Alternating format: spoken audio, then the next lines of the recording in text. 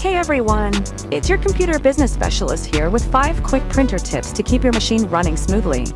Step 1. Use the right paper. Your printer works best with the right paper. Using cheap or mixed paper can cause jams. Trust me, we see it all the time.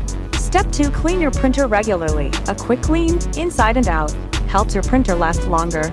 Dust and debris are the #1 cause of slow printing. Step 3. Check your ink levels before big jobs. Nothing's worse than starting a big print job and running out of ink halfway. Always check your levels first. Step 4. Store your ink properly. Keep your ink cartridges upright and away from heat. Proper storage makes them last longer and print cleaner.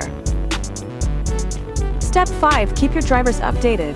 If your printer keeps pausing or giving errors, it might just need a driver update. Simple fix, we can help if you're not sure how. For more tips, or if your printer's giving you trouble, come check us out at Computer Business Specialist. We've got you covered!